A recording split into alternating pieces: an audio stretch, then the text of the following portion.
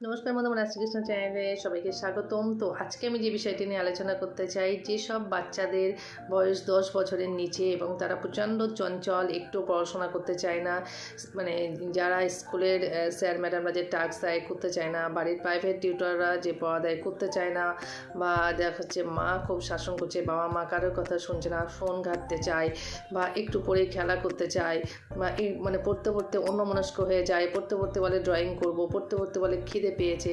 এরকম যেসব বাচ্চাদের ছেলে বা মেয়ে যাদের প্রচণ্ড একটু দুরন্ত আছে বা একটু পড়াশোনায় মন বসছে না, কিন্তু এখন তো বাচ্চাদের কেজি বাচ্চাদের তো 2 বছর 3 বছর বয়স থেকেই তাদের পড়াশোনা শুরু হয়ে যায়।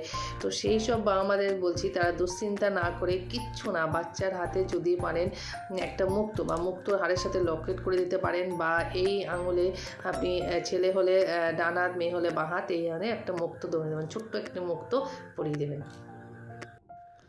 এবার জন্মছক বিচার করে আপনি দেখবেন, কারণ যেসব যদি আপনার বাচ্চা মাঙ্গলিক থাকে তাহলে কিন্তু প্রচণ্ড রাগী থাকবে, মাথা গরম থাকবে, পেটের সমস্যা থাকবে, বা মানে আশানুরূপ রেজাল্ট করবে, সেই হিসাবে কিন্তু তার পড়াশোনায় উন্নতি হবে না। এবং যখন সে পড়াশোনা শেষ হয়ে যাবে তখন তারপরেও কিন্তু কলেজ শেষ হয়ে যাওয়ার পরেও বা ইউনিভার্সিটি শেষ হয়ে যাওয়ার পরেও কিন্তু সেইভাবে কিন্তু সে চাকরি বাকরি যোগাযোগ করতে পারবে না, চাকরি বাকরির পরীক্ষা সেভাবে করতে পারবে না। তো অবশ্যই যেন জন্মছকটা বিচার করে দেখতে হবে যে তার সরকারি চাকরির যোগ আছে কিনা, বা পড়াশোনায় সে কতটা উন্নতি করতে পারবে। সেই অনুযায়ী সেই কিন্তু বাচ্চাদের যে সময় মতো যদি প্রতিকার করতে পারেন বন্ধুরা, তাহলে অবশ্যই কিন্তু আপনার ছেলেমেয়েরা কিন্তু সেভাবে প্রতিষ্ঠিত হতে পারবে।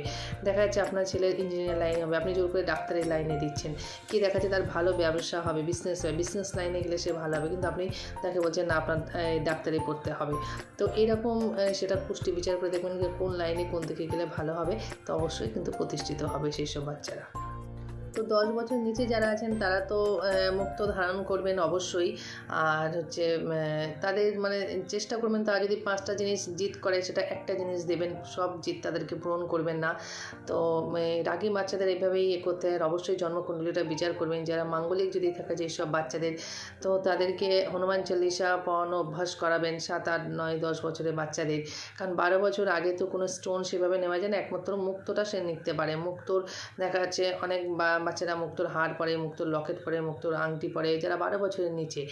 আর যারা দেখছেন যে 12 বছর হয়ে গেছে আপনার বাচ্চা, যে তারা 7, 8-এ পড়ে, বা হচ্ছে 9, 10-এ পড়ে, মাধ্যমিক দেবে, সেই সব চঞ্চল বাচ্চাদের তারা যদি পড়াশোনা না করতে চায়, তো অবশ্যই বন্ধুরা তখন কিন্তু সেক্ষেত্রে কিন্তু ভালো করে একটা ভালো জ্যোতিষী দেখে কুণ্ডলিটা বিচার করে দেখবেন, এবং সেইখানে তার যে অশুভ গ্রহগুলো আছে তাকে চন্দ্র স্থান দেখতে হবে, বুধের স্থান দেখতে হবে, সেই অনুযায়ী কিন্তু তাকে প্রতিকার করতে হবে।